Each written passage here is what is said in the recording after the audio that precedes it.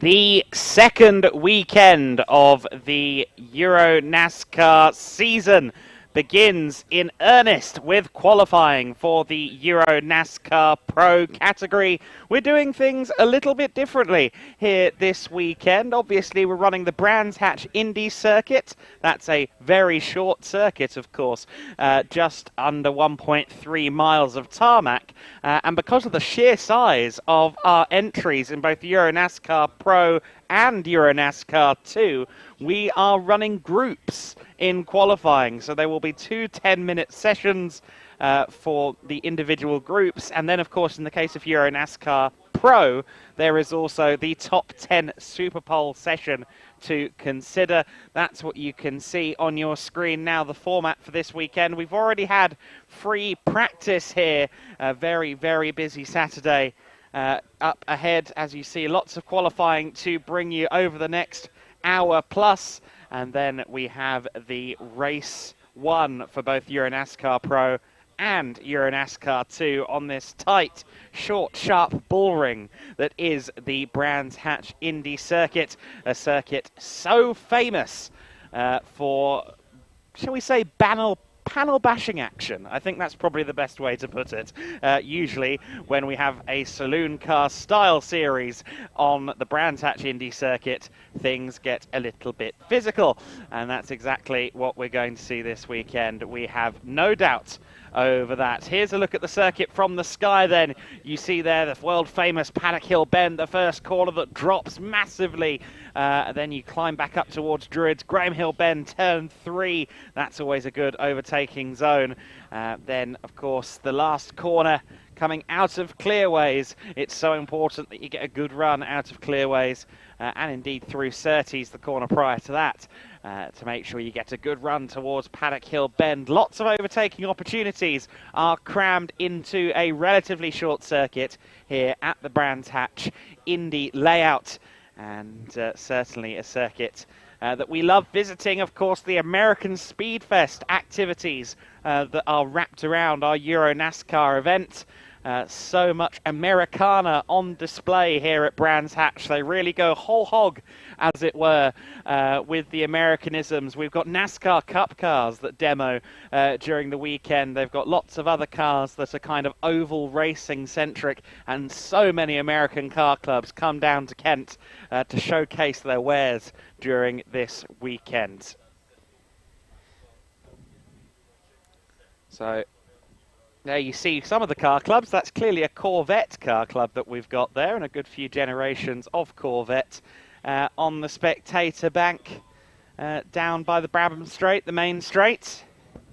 And there we have a look into the garages. That was the Cal Racing garage, and looks like we've got a Ford Mustang car club down there on Colin Chapman Way, which is the road that runs adjacent to the main straight here at Brands Hatch. So they've got plenty of festivities going on there.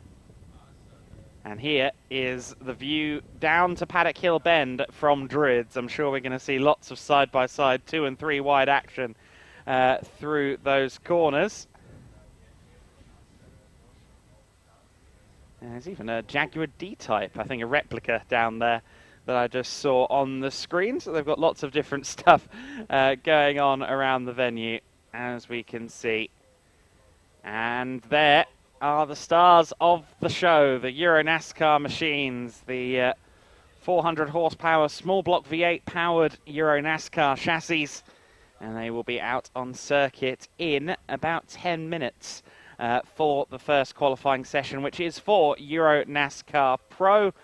Group 1 heading out there first, then Group 2, and then we'll see who claims pole position in the top 10 shootout. There is the 54 car being wheeled out of the garage from Cal Racing. Of course, the 54 will be piloted in Pro by Gianmarco Ercoli. Also in the stable for the Cal Racing team is our championship leader, Nicola Rocca. On 74 points, currently our championship leader by the measly sum of 1 point over Alon Day, the Israeli driver, a point further back. There's the number 27 machine. That car only runs in EuroNASCAR 2. We'll see Patrick Schober at the wheel of the Double V Racing Ford Mustang in a short while. And photographs ongoing down there, even in the very early hours of the day. Ah, there's the 14 car as well, that one. We'll be keeping an eye on the 14, Mark Goossens. He had, I'd say, a fairly unlucky weekend, all told, at Valencia. Of course, at one point, car cried enough during, I believe, the first race at Valencia. Oh, I think that's some old hot rod machinery out of the 1930s, some Camaros out there as well. Of course, those old-style 1930s, 1940s hot rods are the origin of NASCAR moonshine runners in the southern United States, the foundation of NASCAR racing, oval racing in general. And they wanted to see whose hot rod was the fastest. And then someone had the bright idea of finding out on the beaches of Daytona. And that's kind of where the NASCAR organization itself started to take hold. Spectators, young and old, of course, with us for the NASCAR Whelen Euro Series. The event here at Brands Hatch, I believe it's the 9th American Speed Fest they've done since EuroNASCAR first came. Of course, EuroNASCAR did run a little earlier than 2013. I believe in 2012 they ran with DTM, but since 2013, the EuroNASCAR weekend, the NASCAR Whelen Euro Series weekend, has been a key part of the Brands Hatch calendar as part of the American Speedfest, and every year it seems to get more and more popular. And of course this year, with all of the restrictions lifted and people allowed to fully take in the world of motor racing once again, I'm sure we're going to have a huge number of people filing through the gates here at Brands Hatch. Certainly one of the most historic venues we visit all year, and clearly a circuit that suits these EuroNASCARs. We've seen so much action here over the years. We may also see history this weekend. Alan Day could match or surpass the winning record, the most number of wins here at Brands Hatch. He'll surpass it if he takes both wins. He'll equal it if he takes one. I'm sure that will be on his mind. I think he likes to tick off his achievements and statistics as he continues to be one of the leading forces in the world of EuroNASCAR. Of course, Alan Day, who races for PK Car Sport, that number 24 machine, a three-time champion, 2017, 2018 and 2020, the years of his glory. Yeah, also had competitive showings over in the American NASCAR category. Won races in the FIA GT Championship, or the FIA GT Series, I should say, back in 2013. He's only 30 years old, remarkably, Alan Day, but he has quite the CV behind him already, and one wonders just how long his resume is going to be by the time he turns 40, because he's still got a long way to go, and he's still very much in his prime. Maybe he hasn't reached his prime yet. We'll have to see. But certainly a three-time champion already in EuroNASCAR suggests that he is truly a star. You see there the flags celebrating the Platinum Jubilee. The festivities for that mostly going down last week. 70 years on the throne for Queen Elizabeth II. Just under 4 minutes until this session goes live. And there you see the Mustangs parked down there. There will be Mustangs on the circuit, though of course Mustangs in maybe spirit more than anything, all running identical engines in this series. Of course it really is just bodywork, body shapes. When it comes to the different manufacturers you see out on circuit, we have the Chevy Camaros, we have the Ford Mustangs, Toyota Camrys, even Shadows, the Shadow DN M8. And there you see some more of the kind of Americana that we take in during this weekend. And the police car down there on the pit lane, and got a big old Hummer. Maybe Arnold Schwarzenegger is somewhere around the facility then. He tends to go wherever Hummers go, doesn't he? So 2 minutes and 45 seconds before the first group head out for the EuroNASCAR Pro category. A reminder that the EuroNASCAR Pro category will run in 2 groups, and then of course they have the Super Pole session. The 10 fastest drivers from the 2 groups will compete for the first 5 rows on the grid in just a few moments' time. Of course, 2x2 rolling start when we go racing later on today, and indeed tomorrow, in traditional NASCAR fashion. Just looking down there at the number 2 Academy Motorsport, Alex Caffey Motorsport entry. That's Federico Monti's car. One of the drivers in the challenge class within EuroNASCAR Pro. There are a few different categories, or a few different driver categorizations running within EuroNASCAR Pro. There is the Junior Trophy, and then there is the Challenge Trophy. We alluded to this a little earlier on, the point standings. Nicolo Rocca on 74 points, just 1 point clear of Alan Day. Alexander Graf had a nice, consistent weekend to go 3rd. And then unfortunately the 4th place driver, Tobias Dauenhauer, the Junior Trophy points leader, he unfortunately isn't here this weekend. He's being replaced by Liam Hazemans. He unfortunately has contracted COVID-19, and he is not ready to come back to racing just yet, but hopefully Tobias will be with us again by the time we go to Vallelunga next month. Max Lanza rounding out the top 5 in the points, and you see there the 88 car of Max Massimiliano Lanza. Of course, that car also running in EuroNASCAR 2 with YouTube sensation Alberto Nasca. He's a bit late to the party. It's no longer May the 4th be with you, but Alberto Nasca was walking around with a Star Wars shirt earlier on. And we'll see whether he proves to have the force this weekend at Brands Hatch once EuroNASCAR 2 come out to play in just a moment. But it's EuroNASCAR Pro that we focus on for now. And there is the driver pulling double duty this weekend, Liam Hazemans, who made his racing debut at Valencia last month, is now, on rather a last-minute basis, making his EuroNASCAR Pro debut here at Brands Hatch. So we'll see how the younger Hazemans, who has a lot to live up to, goes up against the EuroNASCAR Pro grid here. Of course, Loris, a hugely successful racer within this paddock, the 2021 champion. This is his brother Liam.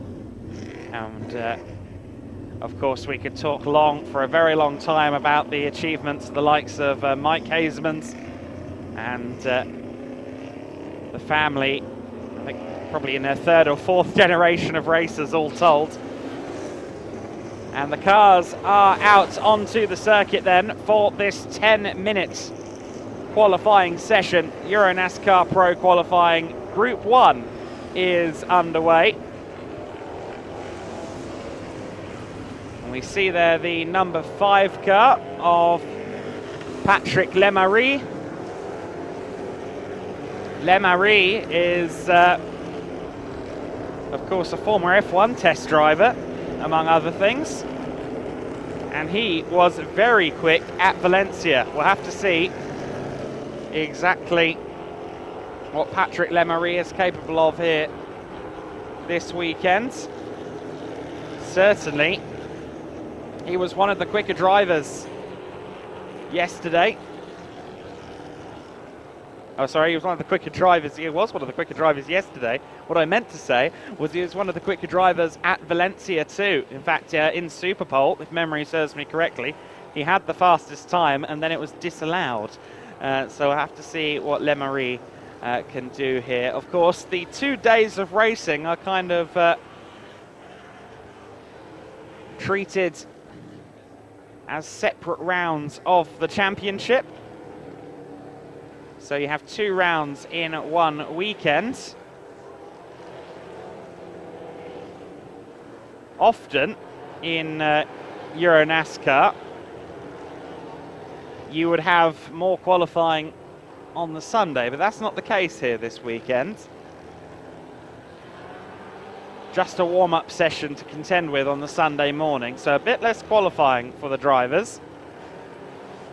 Early laps are now coming in, and would you believe it, the current pace setter on my screen is none other than Liam Hasemans. The number 50 car running in the junior class with a driver who's only done 1 weekend of car racing.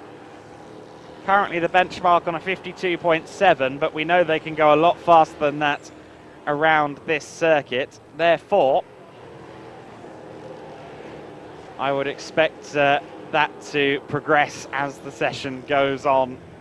I think another 3 to 4 seconds we can expect out of the drivers before the end of this qualifying. But there are only 10 minutes, and even with the grid split in 2, traffic could still be a consideration in this qualifying session. Hasemans has gone faster again, a 50.634. We continue to follow the number 50 Mustang, and you can tell he's pushing, can't you? I'm sure Liam will see this as a huge opportunity, a golden opportunity. Of course, the family expanding their NASCAR operations out into America. We saw them out at the Daytona 500 with Jack Villeneuve, a EuroNASCAR race winner, at the wheel of the car during the Daytona 500. A 50.17 there for Hasemans, but he's just been beaten by Lemarie. Patrick Lemarie in the number 5 car goes fastest. The first driver to break the 50-second barrier, a 49.819 for Lemarie, who we just saw go through there, and it looked like he might have lost a bit of bodywork there. I wonder if that was part of the front splitter, because it looks like he's got some something hanging off the front of the car there. I don't know if maybe he's lost his front splitter, because, or at least, yeah, there's certainly some tape or something hanging around there on the front of the car, isn't there? Nonetheless, the number 5 car still our benchmark at the moment, crossing the line again. And the time goes down again, a 49.575 for Patrick Lemarie. So continues to hold the top end of this session. Of course, it doesn't mean pole position, because there are 2 groups, and then the 10 fastest times from those 2 groups will become the order for Super Pole. But certainly, you suspect that Lemarie will be a part of that Super Pole session. 55 car bouncing across the curbs. That's Fabrizio Armetta in the Club Motorsport car. That's one of a few cars that doesn't run in EuroNASCAR 2. A majority of the cars are run in both EuroNASCAR Pro and EuroNASCAR 2. So you will see the same cars out in EuroNASCAR 2, usually with different drivers installed. We only see this 55 car of Armetta out in EuroNASCAR Pro, however. There's the 89 car, the Not Only Motorsport entry of Davide Dallara, and he is following the 36, his compatriot from Not Only Motorsport, Vittorio Garelli. Garelli, who is currently 4th fastest, Dallara currently 2nd fastest. Dallara's time of 49.833. He's still a quarter of a second off the pace of Lemarie. But Davide Dallara currently 2nd fastest in this session. Armetta in the 55 currently 3rd fastest, and Garelli, who leads this group of 3, is currently 4th fastest, but Armetta improves to a 49.694. So 49.694, 697, sorry, moves Armetta up to 2nd. So the 55 car continues to improve. Oh, and a new driver to the top, the 16 car. The Mark 1 Racing Race Arts Technology entry of Claudio Remigio Capelli. Claudio Capelli, who ran well last time in Valencia. He's pushing hard in that Mustang, as we can see. Really wrestling the car. A 49.483 was the best time of the session, but Le Marie has improved again. The number 5 car, a 49.375 for Patrick Le Marie. So the top end of the order is being hot potatoed around by a few drivers here. Liam Hazemans has just improved as well. He's gone 3rd fastest with a 49.532. So Hazemans is on the up and up. Just over 2 minutes of this session remain. That's still time for 2 or 3 flying laps, of course, at this very short circuit. Noted that one of the marshals was showing the red and yellow flag. Oh, and maybe that's the cause of that massive drift for the driver of the 16 car. That was a huge moment there for Claudio Capelli, whose time I think got deleted because he's now down to 11th place. I think Capelli had a time deleted for track limits because he's suddenly out of the top 10 and he's lost his 49. So he's going to need to set a quicker time in short order. But yes, we saw the red and yellow flag being displayed. That does mean slippery surface. I also note that Dario Casso in the Racers Motorsport entry has gone missing out there on circuit. So whether those two things are connected, a slippery surface flag and a missing car, we'll have to see. But here comes Hazemans, who is currently the fastest out there. He's gone fastest with a 49.263. That time that he just set was a few tenths off, but as of now, Hazemans has the fastest time of anybody in this Group 1 session for EuroNASCAR Pro. We got a brief look there at the number 40 car. That's being driven by Eivind Brynildsen. Number 8 car of Dario Casso is running. So perhaps his car wasn't the cause of the slippery surface flags. Good to see the number 8 running strong. He's just gone 5th fastest on a 49.634. Hazemans has returned to the pit lane with 15 seconds of the session remaining. He may feel that his 49.263 is the best he can get out of the car. Let's see if anyone else can improve. Of course, realistically, these drivers are somewhat blind as to whether they're going to get into Superpole or not. If the second group is notably quicker, then more of them, of course, will get into the top 10 Superpole session.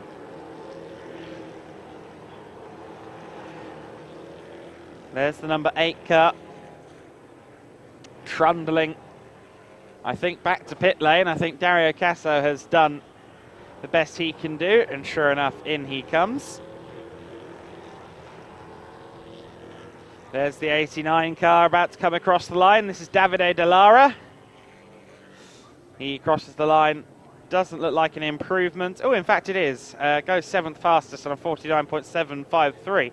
I note that his left side bodywork is flapping in the breeze there. I think that might need to be clamped down a little bit more because I'm sure that doesn't help the drag on the side of the car. So then Hazemans it is who goes top in that session. I think everyone has crossed the line. Yes, they have.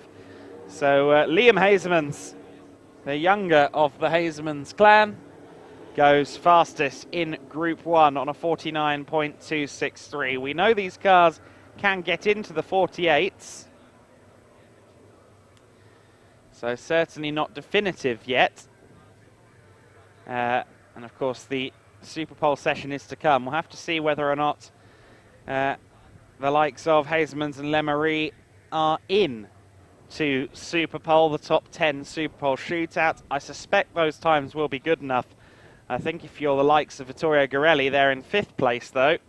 Your chances of fighting for pole position are, let's say, a lot less certain, because there is a whole other group of cars to come, all of whom will also be vying for the top 10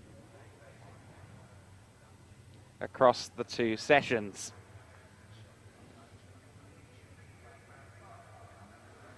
So we will very quickly see a whole other class of cars out there on the circuit, or a whole other group of cars, I should say, out there on the circuit.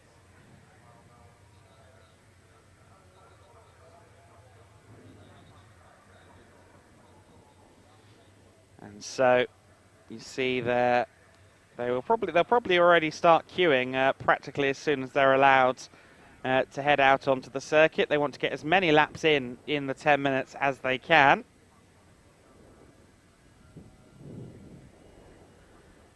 The weather here in Kent looks to be in our favour at the moment. I say that knowing that me saying that probably means it will start to rain very shortly, but for now it is very pleasant, not too warm, a little bit windy, but not too warm here at Brands Hatch. That means they should be getting as much power as possible out of these cars.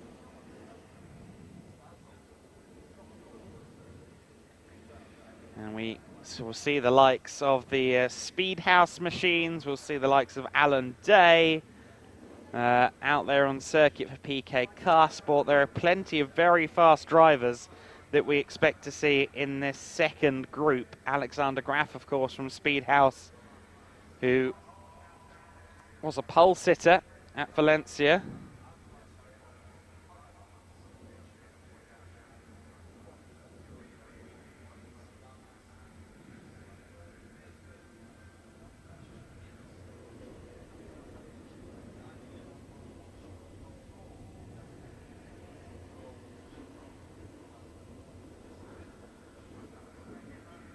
Won't be too long before the cars are onto the circuit then, and of course the Brands Hatch venue, and okay, here we go.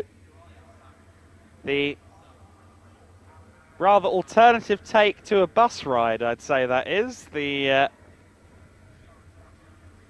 monster truck disappearing behind the slide here. You see there's a lot of family-centric activities to partake in here at Brands Hatch, a circuit with such a rich history of hosting Grand Prix, even hosting the Paralympic Games in 2012.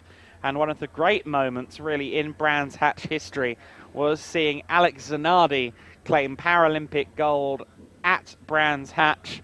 Just 2 years later, he'd be back to racing a car here at Brands as well. And certainly, of course, Alex had an incident a couple of years ago now, and we continue to keep Alex Zanardi in our thoughts and prayers, and hope that his recovery is ongoing well back at home. We all hope that one day we can hear his fascinating tales and outlook on life again. So then the EuroNASCAR Pro Group 2 heads out onto the circuit, led by the 56 car. That's Nicolo Rocca, our championship leader.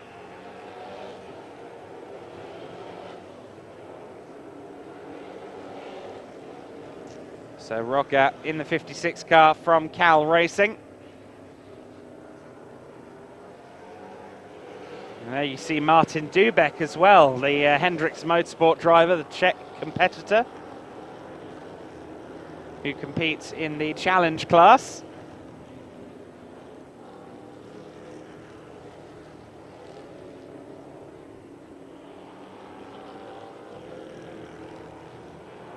He, of course, is the defending EuroNASCAR 2 champion as well, Martin Dubek. And we see him in both categories this year, very busy man. Here's the number 54 car, Gianmarco Ercoli. He runs out wide there at Graham Hill Bend, as they all do, heading on to the Cooper Straight. The main straight here at Brands is the Brabham Straight. You'll note that both the Cooper Straight and the Brabham Straight aren't actually all that straight. There isn't much time to rest here on the Brands Hatch Indy circuit.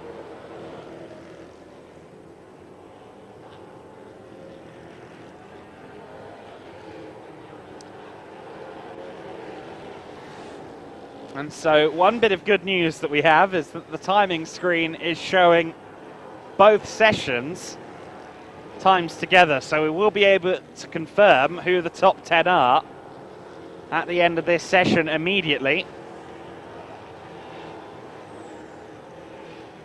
54 car of Ercoli leading the 56. Two cars we'd expect to be going through if they can muster a good lap time.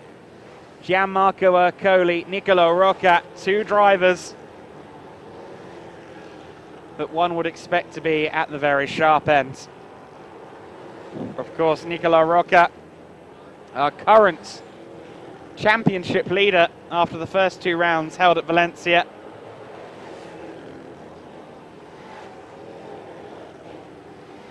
And there you can see that 56 machine. Rocca is assigned on the timing screen as a Ford Mustang, but you can see for yourself there that he's running the Chevrolet Camaro body on the car, which is also what it says on the entry list, so the timing screen is a misnomer. Mark Goossens in the 14 car from Speedhouse. He certainly has no problem using all the runoff coming onto the Cooper Straight, does he? Oh, and some of the grass. Nice. Mark Goossens pushing on. Certainly no half measures expected out of Goossens, a driver with so much racing success. Fondly known as the Goose. A Japanese GT Championship race winner. He was utilized as a so-called ringer, a road course specialist in NASCAR out in the US in the mid-2000s, and even top 10 at Mexico in the Busch Series in 2006. And came fifth in the 2020 championship in EuroNASCAR. Has taken a race win in EuroNASCAR before, but he'll be looking to reach new heights in 2022. The famous Gulf colours on the 48 car of Yevgen Sokolovsky. And there's the number 18 Toyota. No, it's not a Brother Busch. It is the number 18 of Giorgio Maggi at the wheel in the Swiss flagged number 18 car. Nicolo Rocca has already got into the 48s out there on circuit, a 48.930 for Nicolo Rocca. So the 56, the Ford Mustang, is running at the very tippy top of the timing screens at the moment, better than everyone in the Group 1 session and the fastest of the drivers currently out there on circuit. The session, frankly, has flown by already. We only got 4.5 minutes left to go. I'm sure there's going to be plenty of late improvements as the drivers settle into the circuit and now have their tyres, their Hoosier tyres, firmly up to temperature. Hoosier tyres, of course, one of many partners of the NASCAR Whelen Euro Series. Of course, Whelen themselves, the Team FJ organisation, Kennel Performance Oils, McDonald's, TJ, Titanium Jewellery, all a part of making sure that the EuroNASCAR circus gets to entertain fans across the continent. And it's always a celebration, it's always a party when the cars are in the UK. Alan Day across the line. What kind of time is he setting? That's a 48.997. Good enough for second fastest. Alan Day currently set to be well within the top 10 for the Super Pole shootout in the famous number 24 car. Runs, of course, under the banner of PK Car Sports here in the EuroNASCAR series, in the NASCAR Whelen Euro series. A team with so much success in the worlds of GT racing or preparing cars, including Chrysler Vipers, Salines, Corvettes, the list goes on. The number 3 car, another famous NASCAR number, and another driver who is very, very popular in EuroNASCAR circles. I believe the most tenured driver in the NASCAR paddock, Frederic Gabillon. The driver who has done more races than anyone else in the world of EuroNASCAR competition, or at least in EuroNASCAR Pro. I think he announced in 2021 that that would be his final season of racing, but we all know we can't keep them away. Gabillon currently 8th fastest, make that 3rd fastest. Improving massively there on that lap of 48.963. Puts Gabillon up to 3rd place. There's the 18 car, Giorgio Maggi. Maggi currently 5th fastest across the 2 sessions. So as it stands, he would be in the top 10 shootout. The fastest of the Group 1 drivers, the drivers from the previous session, Liam Hazeman's, currently 6th on my timing screen.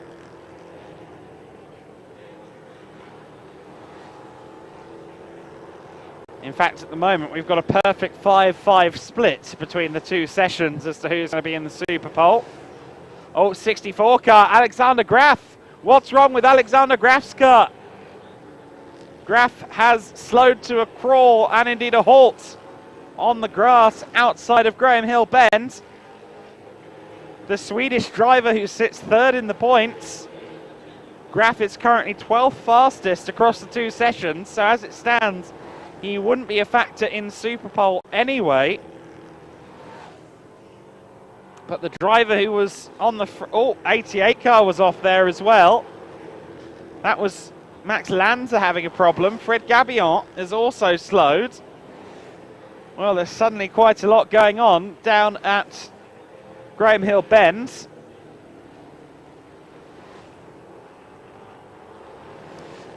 Martin Dubeck has got some battle scars on the side of his car. There's the 88 machine. Lanza recovering the car. But the flag has been shown, not the checkered flag, but the red flag. They've red flagged the session with 21 seconds to go. Now, that means the session will quite obviously not resume, because you can't do an out lap and then go on a flying lap in 21 seconds. So this will mark the end of the qualifying. But they have decided that a red flag is necessary. There was a lot going on the circuit all at once. Good to see that Alexander Graf is out of the car, but the car was not in an ideal position, hence the red flag. What does that mean then? That means that Alan Day goes into the Super Pole as the fastest driver. A 48.830 for Alan Day in the 24 car. 48.830, of course, that will put him into the top 10 Super Pole. He's going to have to do it all again come Super Pole. A 1 lap dash for the cash. Nicolo Rocca, 2nd fastest in this session. Gabillon 3rd. The 54, the car we see on screen. Coley, 4th fastest. And then Maggi rounding out the top 5. So all of the top 5 fastest drivers from those 2 sessions were in Group 2. Of that qualifying session. The first of the drivers from Group 1, the first set of drivers to set their qualifying times, is actually none other than Liam Hazeman. So Hazeman's debuting in EuroNASCAR Pro this weekend after debuting in Motorsport and EuroNASCAR 2 last time out at Valencia. Hazeman's is 6th fastest overall, very promising from him. Lemarie, 7th fastest, Patrick Lemarie. 8th fastest, the 55 car of Armetta. Capelli, 9th fastest in the 16 car, so just making it through is Claudio Capelli, and the last driver to make it through to the top 10 Superpole, according to our timing screens, is the number 7 of Martin Dubek. So Dubek,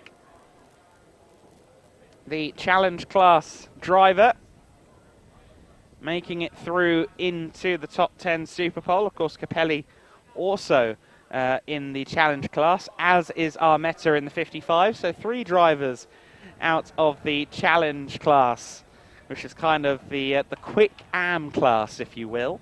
3 of them have made it through into the top 10 shootout, which is very, very good going. Unfortunately, one driver we won't see out there again in the Superpole is this man, Max Lanza.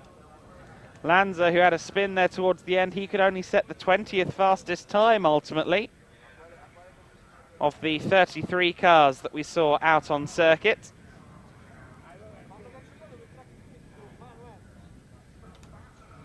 The 88 car will be piloted shortly in the EuroNASCAR 2 qualifying by Alberto Nasca. And there looked like a little bit of animation on Max Lanza there. I don't think he's entirely impressed with that session.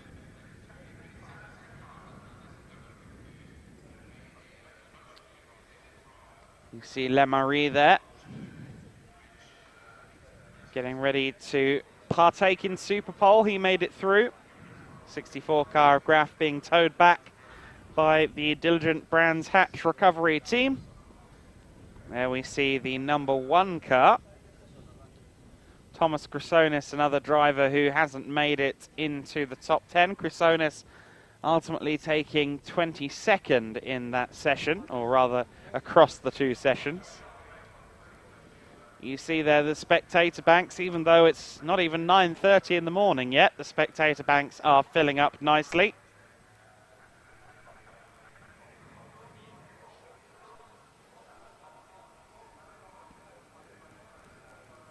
And especially once we get to Sunday, and indeed as we get into the racing portion of the day, we are going to see the spectator banks continue to fill with interested onlookers.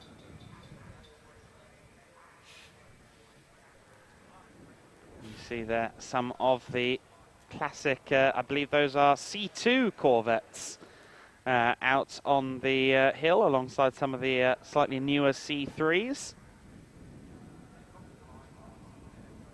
I'm sure there are a few classic Corvette aficionados here today at Brands Hatch who would grab you by the collar and tell you that the mid-engine C8 is sacrilege to the Corvette name. Of course, that would ignore the fact that Corvette has been trying to build a mid-engine car for 50 years. But certainly, American cars, young and old, welcome here at the Brands Hatch American Speed Fest, where the NASCAR Whelen Euro Series comes to play year on year.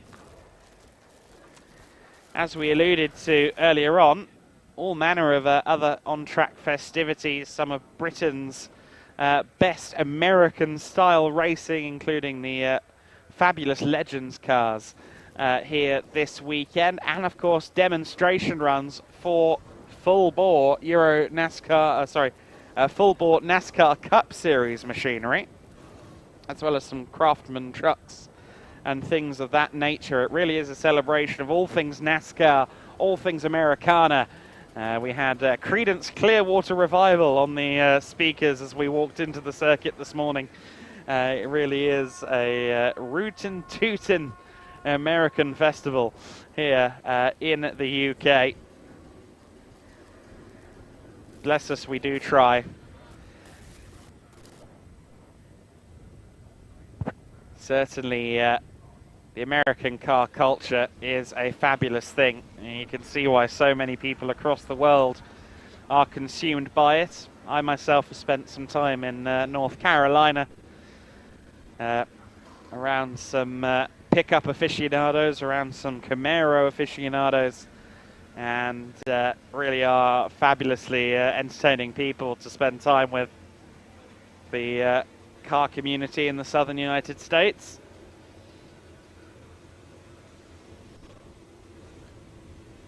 Oh dear, study ongoing. I believe that's the Alexander Kraft car.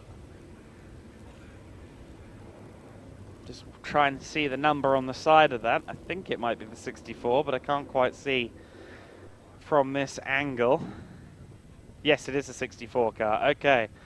So yeah, that is Alexander Graf's machine that, of course, came to a halt just a few moments before the end of the session and brought out that red flag. Super Pole is just a few moments away, though. And how appropriate that Alan Day, our most recent champion on the grid, of course, he's not the reigning champion. That distinction goes to Loris Hazemans, but Alan Day, the 2020 champion, the three-time champion, leads them away. And will he lead them away when we go racing later on? Well, he's got one lap to determine that. Super Pole is underway now, the all-important Super Pole session. Drivers are going to try and find some track space and go for a very, very important one-lap dash. Alan Day, Nicolo Rocca, Frederic Gabillon, Gianmarco Ercoli, Giorgio Maggi, Liam Hazemans, brother of reigning champion Loris, Patrick Lemarie, Fabrizio Armetta, Claudio Capelli and Martin Dubeck. The 10 drivers out there for this session. Alan Day will be the first one to lay a benchmark. He also lays a bit of Hoosier rubber coming onto the Brabham Straight to start his flying lap, and it's the 24 car that heads into Paddock Hill Bend first in this Super Pole session. One chance, one shot, one opportunity to seize everything you ever wanted, as long as everything you ever wanted was pole position at Brands Hatch. Alan Day through Druids then. Runs it a little bit wide, but not necessarily the end of the lap for him. Nicolo Rocca behind. We see Rocca not too far back from Alan Day. Flurries past the Cooper Straight, does Alan Day. Across the curbs.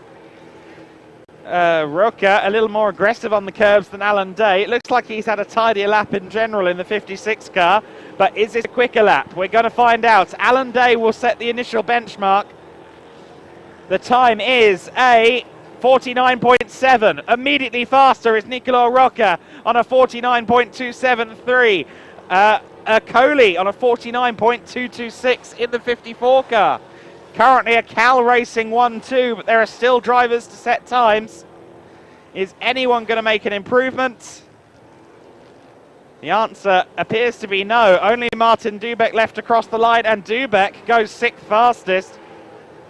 But the fastest driver of all, this man, Gianmarco Ercoli, in the 54, the distinctive pink Cal Racing entry, goes fastest. Nicolo Rocca in the 56 car going second. Frederic Gabillon in the number 3 goes third fastest, rather apropos. But the times continue to fire in, and Ercoli again goes top. 49.023. So Ercoli continuing to set the pace. No one's got below a 49 in this Super Pole.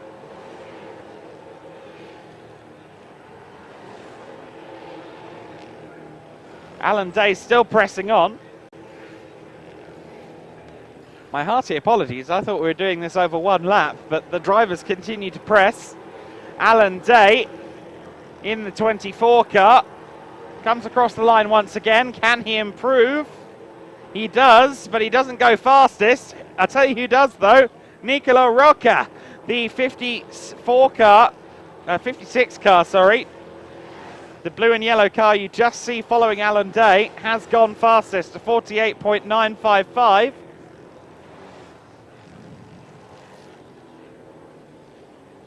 Less than a tenth quicker than Gianmarco Ercoli.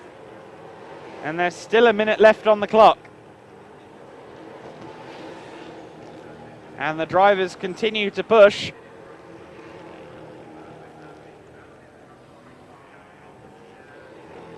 Ercoli in the 56 car. Or in the 54 car, I should say, would be very keen to be on pole position, but a front row would be just as good. Question is, can anyone else go quicker? This will now be everyone's final flying lap with just under 30 seconds left to go in the session.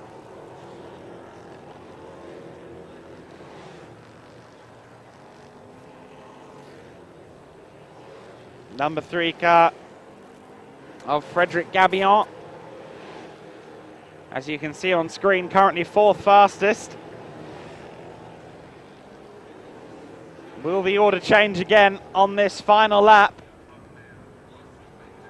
Drivers head around the last corner for the last time in the session. Checkered flag will be displayed to everybody. Are we going to see any improvements on the last attempt? Certainly the top 5 have come through, and while we have seen some improvements, none of them have moved up any positions. Just the 4 cars left to take the flag, and it's all the drivers towards the bottom end of the top 10. Looks to me as though the position is secure for this man, Nicolo Rocca, the 56 car, the Italian driver, taking the Super Pole session by the scruff of its neck.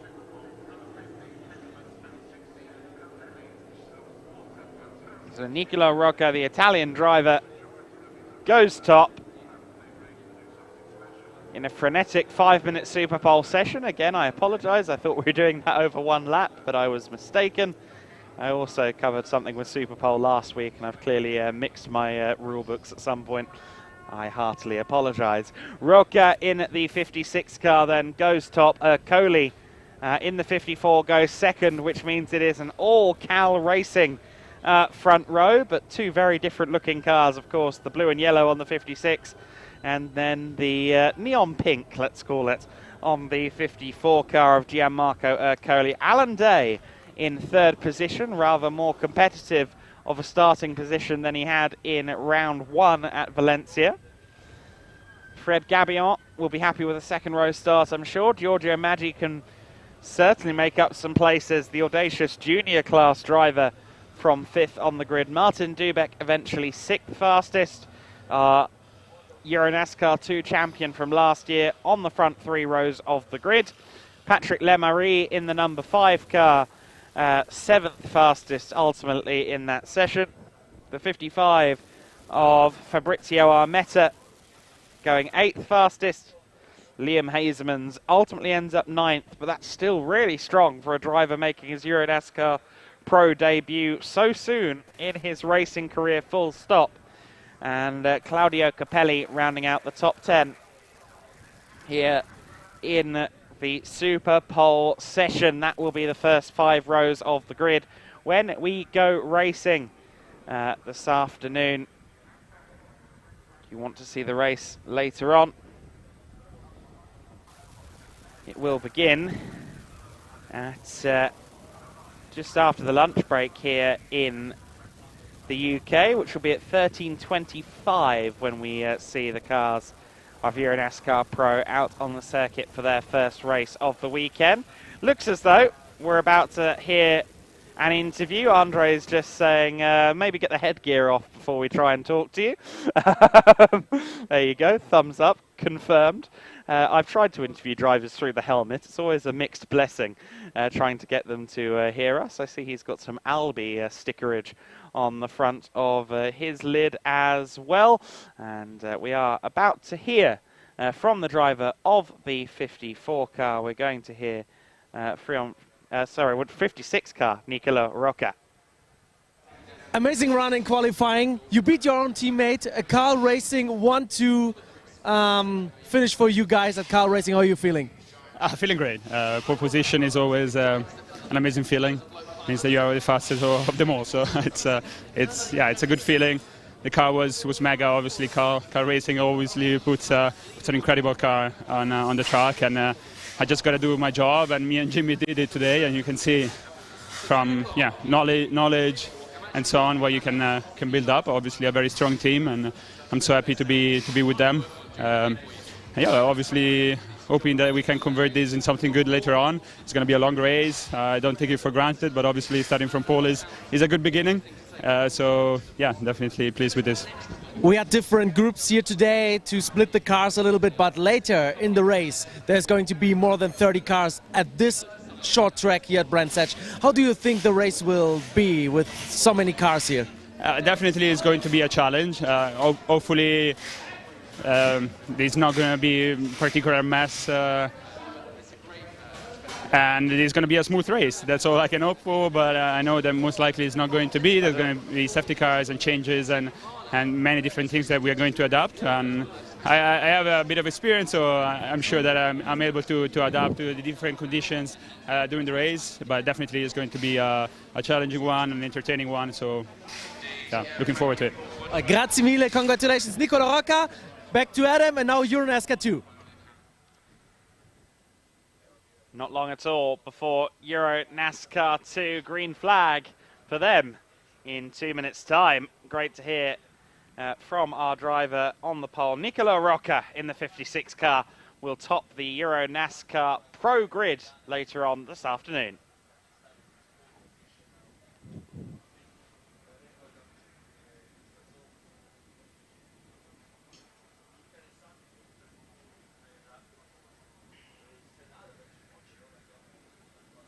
So Nicola Rocca, we saw his helmet down there. We see the crowd and the number of cars continuing to grow down there on the Colin Chapman Way, the road that runs behind the grandstands here on the main straight at Brands Hatch. Those Hoosier tyres look remarkably tidy. Although, to be fair, those could be the new rubbers going on the cars for EuroNASCAR 2. In fact, I think that's exactly what it is. Now, countdown to green says 45 seconds, but the cars are still very much being worked on. Some of them are rolling down, but I think a few others are going to be a bit later out onto the circuit. And, of course, we are running in groups here, once again.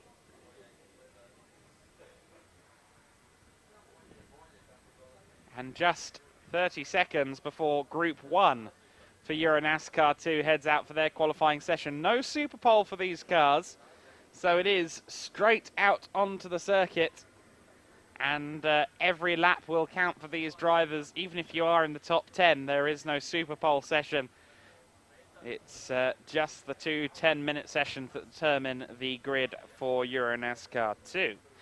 There's the 14 car now being driven out by Arianna Casoli. I believe we saw Arianna warming up a little earlier to take over the 14 car, and she has now received the car from Mark Goosens.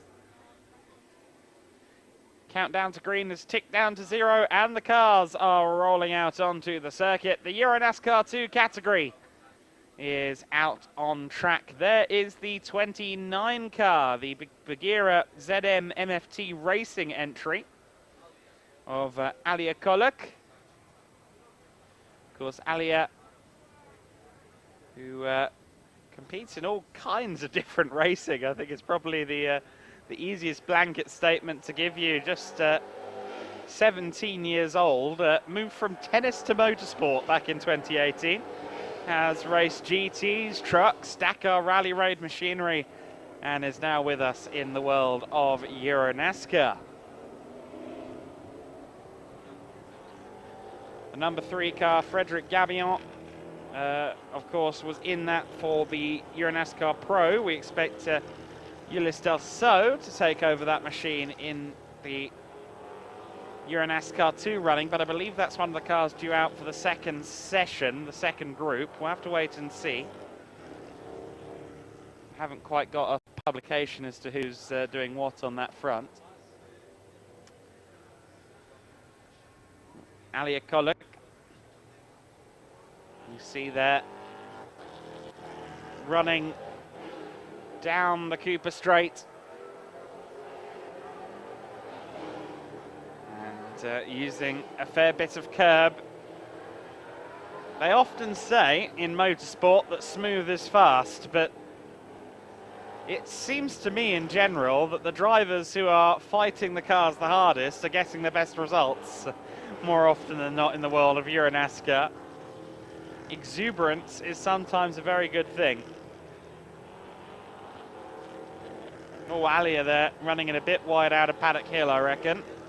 She has set the current benchmark time of 52.026. I don't necessarily expect to see that stand, but keep an eye on Alia Koluk. Let's see what she can do. Of course, this being EuroNASCAR 2, we'd maybe expect them to struggle to get into the 48s like the EuroNASCAR Pro drivers did. EuroNASCAR 2 is there for the kind of AM drivers, the younger drivers.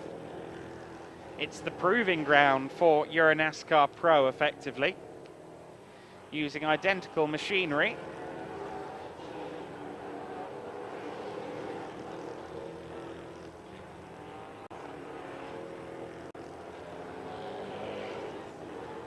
There's the 24 car then. And that's Christian Malczarek at the wheel of the car that was just taken to third in EuroNASCAR Pro Grid by Alon Day. So Malczarek taking over the PK Car Sport entry. It can't be fun sharing a car with Alan Day. Of course, you always get the car back in one piece with Alan, but you also get to see just how good the car is. So there's nowhere for you to run or hide if you don't match his kind of performance. There's the number 8 car of Paolo Valeri and the 23 in the, I'd say those are almost Japanese GT-esque colours on that number 23 car, especially from the side.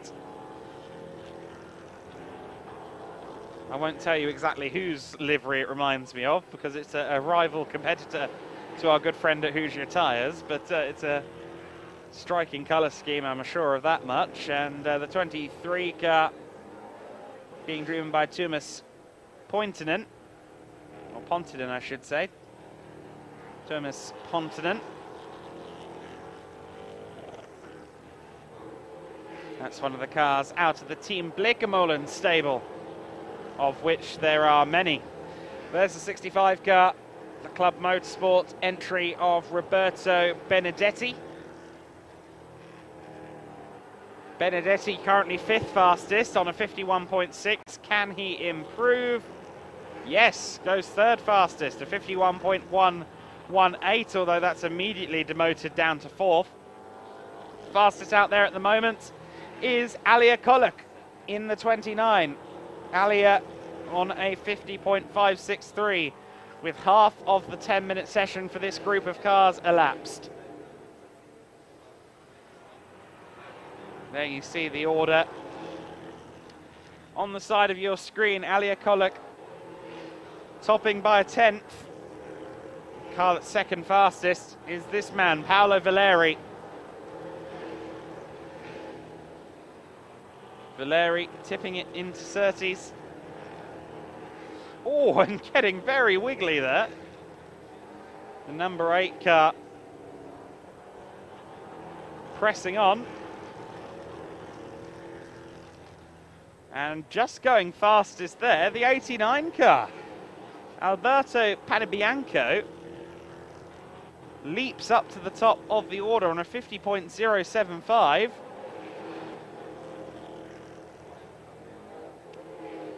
Mighty lap then, although that's immediately eclipsed because there goes the 18 car again. Giorgio Maggi on the move. The 94 follows that, and that is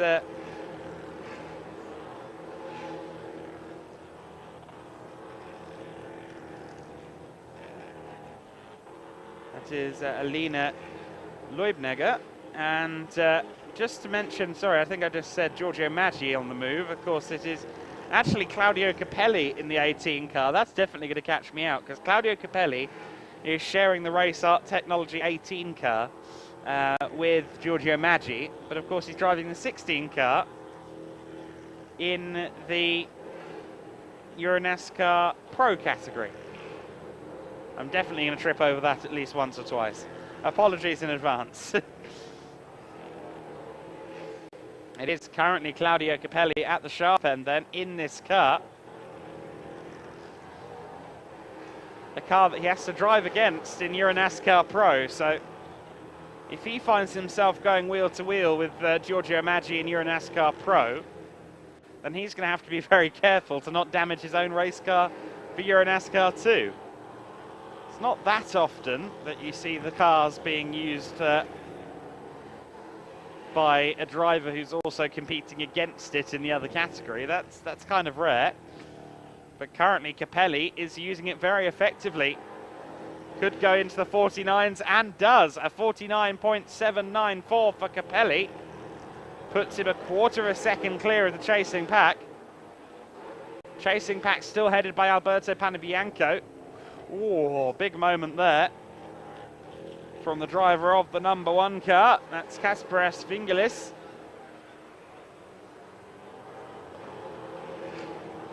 Ariana Casoli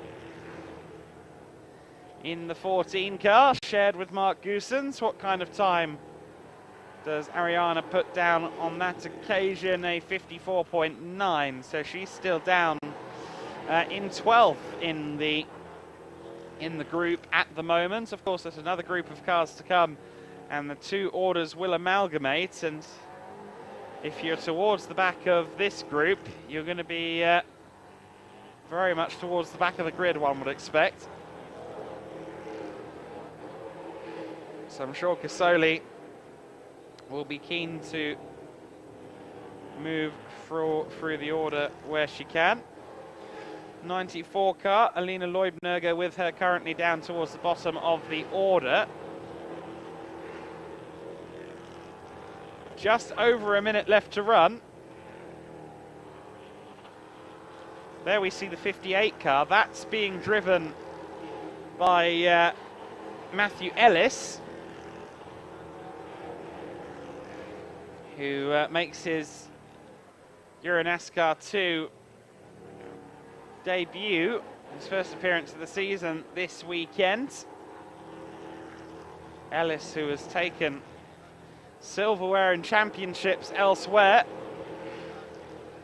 Having a look into the world of EuroNASCAR this weekend at Brands Hatch, currently sits 5th fastest in that 58 car, the Racing Fuel Motorsport machine.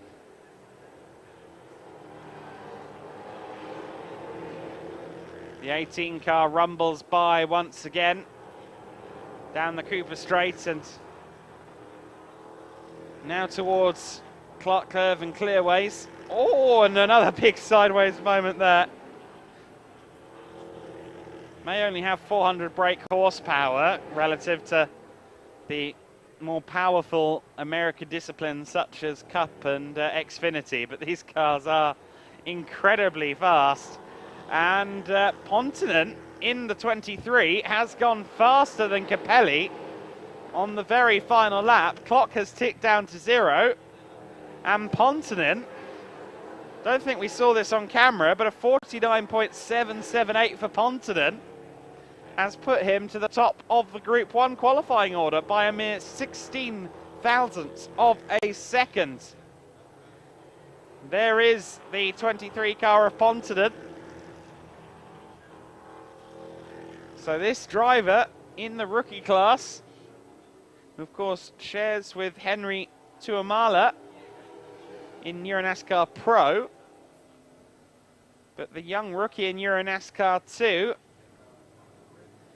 has set a massive lap time towards the end of the session, a 49.778, just a few hundredths quicker than Claudio Capelli. Panebianco eventually 3rd fastest in that group. Then it was the 29 of Alia Kolek in 4th, and then rounding out the top 5, the newcomer Matthew Ellis going 5th fastest.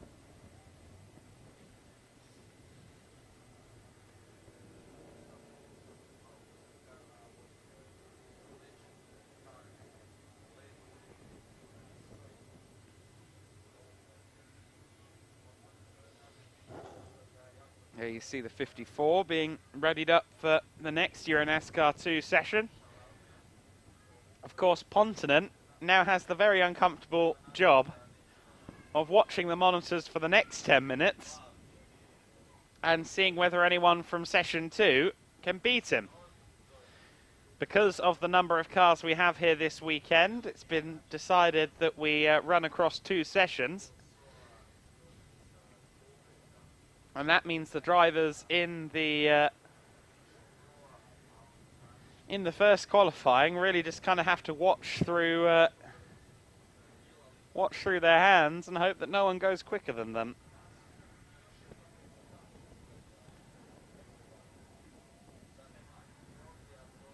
Certainly, there are some heavy hitters yet to come out, heavy hitters to join the EuroNASCAR 2 session. You're looking at defending champion, for example, Martin Dubeck in the number 7 car. Ulis Del So, another driver we'd expect to be right up there. Vladimiros Ziotzis, the Cypriot driver in the number 5 car that we saw earlier on in the hands of Patrick Lemarie. These are all cars that you would not bet against being at the sharp end of the order. Liam Hazemans, of course, as well, who's pulling double duty this weekend in Pro and in EuroNASCAR 2. Another one you wouldn't bet against.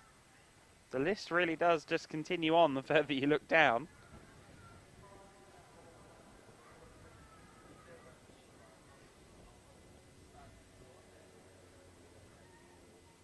Certainly, it's going to be grandstand viewing, but not necessarily pleasant viewing for Pontinent in the 23 car.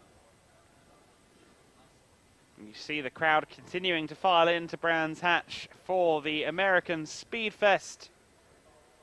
If you are based in the UK and you've never been to an American Speedfest, I heartily recommend it. It is a real cornerstone of the Brands Hatch calendar, I think it's safe to say at this stage. They've been running them for the best part of a decade at this point, and it really is a great opportunity to see the spectators, or rather see the cars of the NASCAR Whelen Euro Series up close and personal. And of course it's great for us to see the spectators again. The last couple of years the paddocks have felt rather lonely at times, and it's great to be back around the supporters of the world of EuroNASCAR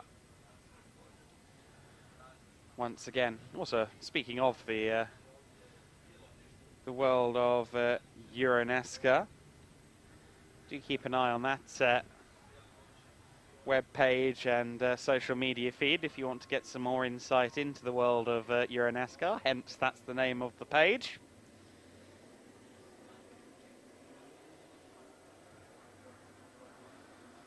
Ouija Kanka, who also does a lot of work in the EuroNASCAR media front in general, remotely from half a world away. Certainly someone we value in this paddock. Group 2 cars heading out onto the circuit then. And we now get to take a look at who's going to be potentially challenging Pontinent, who is currently our pace setter. Of course, there is no Super Pole to contend with here. So, being in the top 10 doesn't guarantee you another shot at pole. It's now or never if you want to be at the sharp end for the EuroNASCAR 2 race. The 54 car out on circuit there, that's Luli Del Castello. And there's the 88 machine. I'm sure plenty of you will be cheering on Alberto Nasca. With a last name like that, surely he's born to drive these things. Alberto Nasca, who documents all of his racing exploits on his YouTube channel. Heartily recommend watching his documentation of his racing career to date, so you get a background as to his exploits previously and indeed his experiences now in the EuroNASCAR paddock. He made a brilliant debut in Valencia, and he's a real contender for pole position here, I'd say. Add him to that list of people to watch out for. He's being followed by Gil Linster out there on circuit at the moment. I believe it will be NASCAR who sets the early benchmark for the runners in this session. Doesn't set the world alight on that first flying lap. It is a 52, but of course on such a short lap it does take a while for these tyres to heat up, indeed for the drivers to heat up.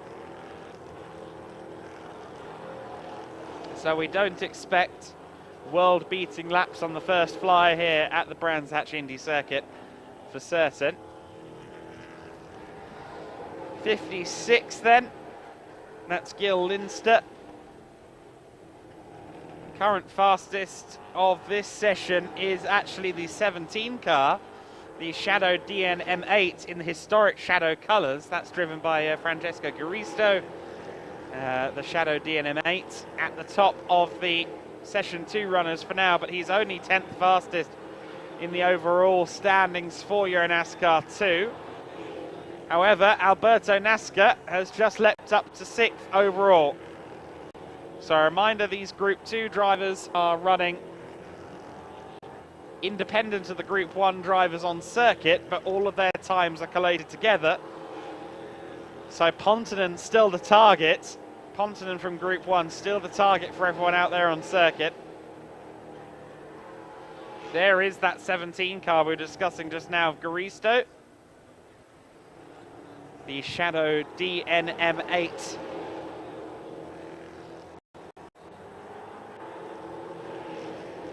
Great to have the Shadow name with a presence in racing once again.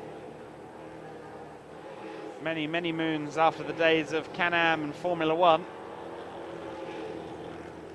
The number 5 car, Vladimiros Tsiotsis. He was a pace setter in Valencia, and it looks like he could be a pace setter here. He's just tied with Alberto Nasca.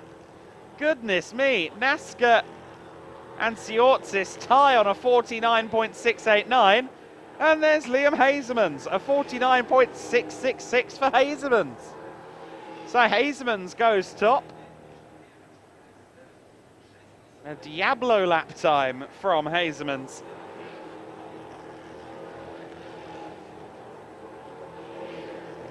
Alberto Nasca in the 88 car. Let's see if he can improve this time by. Linster's just gone top on a 49.5. Nasca doesn't improve that time by. But Gil Linster has just moved to the top. The 56 car. Never mind. Vladimiros Tsiotsis goes top. The Cypriot driver on a 49.257. I understand that after his resounding successes in Valencia, Tsiotsis was actually met by the Prime Minister, the President of Cyprus. He really is becoming national news in the island nation. Unfortunately, though, I think that lap time just got deleted. Indeed it did. So track limits, I think, cost Tsiotsis there. Meanwhile, Liam Hazemans, who has again improved his time to a 49.3, was top momentarily. But Alberto Nasca goes top on a 49.162. And then once again, Vladimiros Tsiotsis on a 49.098.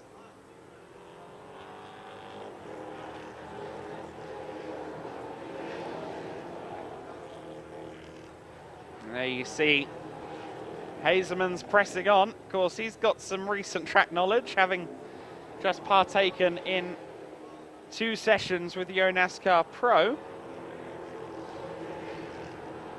But it is Tsiotsis who remains our pace setter at the moment. Martin Dubek has just gone 3rd fastest as well. We took a brief look at our 2021 EuroNASCAR 2 champion. There he is, a 49.185. So he's within a 10th of Tsiotsis, as is Alberto Nasca. as is Ulysse Delso, who's just gone second fastest in the number 3 car, a 49.108, so a mere hundredth off the time of Vladimiros Tsiotsis. We've had some gravel kicked up at Paddock Hill Bend as well, but it doesn't look like a car is in the gravel, so just maybe a wheel on the sandy stuff for one of the drivers out there.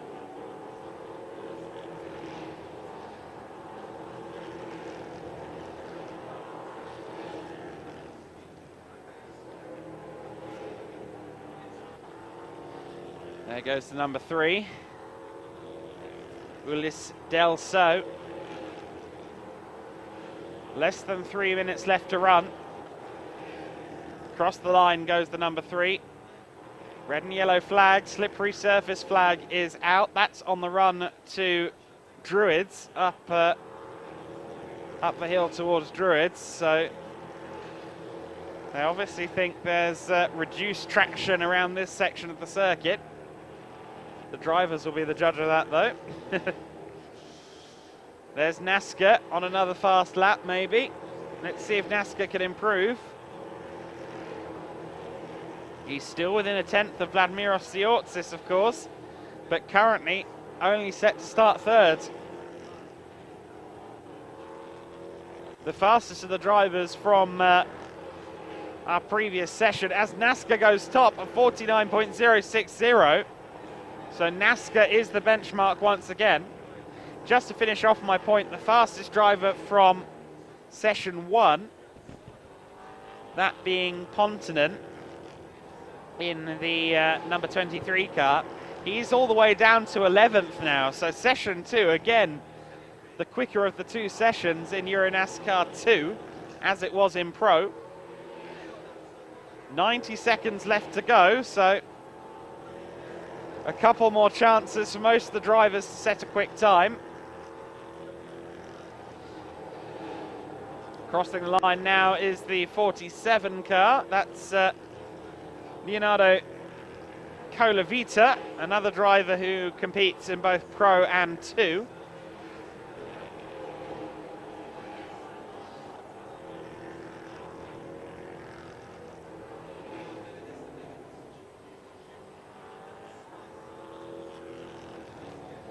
'47 car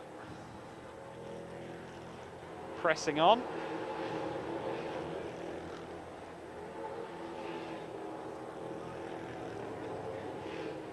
Of course, Leonardo Colavita being backed in part by the JTG Daltrey Racing team.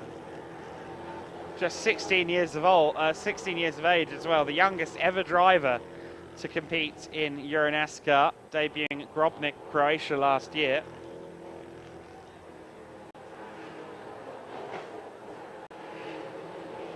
Now, are we seeing any further improvements out there? Yes, we are. Vladimiros Tsiotsis again top on a 48.928. So he's broken into the 48-second barrier. Didn't necessarily expect that out of EuroNASCAR 2 competitors, but the likes of Tsiotsis have done it. So has Ulysse Delso. Can anyone beat a 48.928? That's the benchmark set by Vladimiros Tsiotsis. Alberto Nasca bailing out of his lap. Oh, and I think he may have compromised a couple of different drivers there.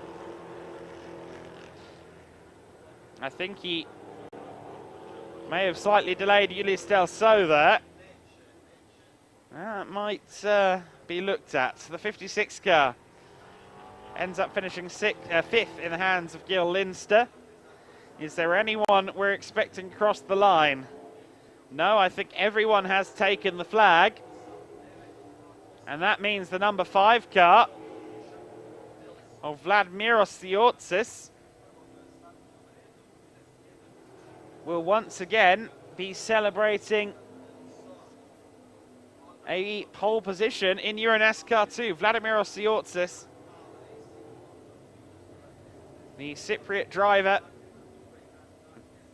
again showing his pace. He's got a far smaller margin in this qualifying session than what he had in Valencia. Just 0.03 of a second back, Ulysse Delso in the number 3 car.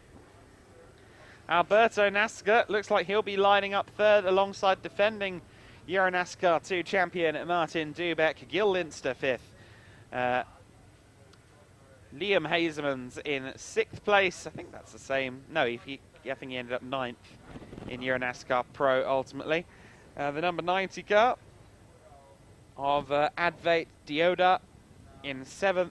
Garisto in the 17 car 8th. Leonardo Colavita in 9th place.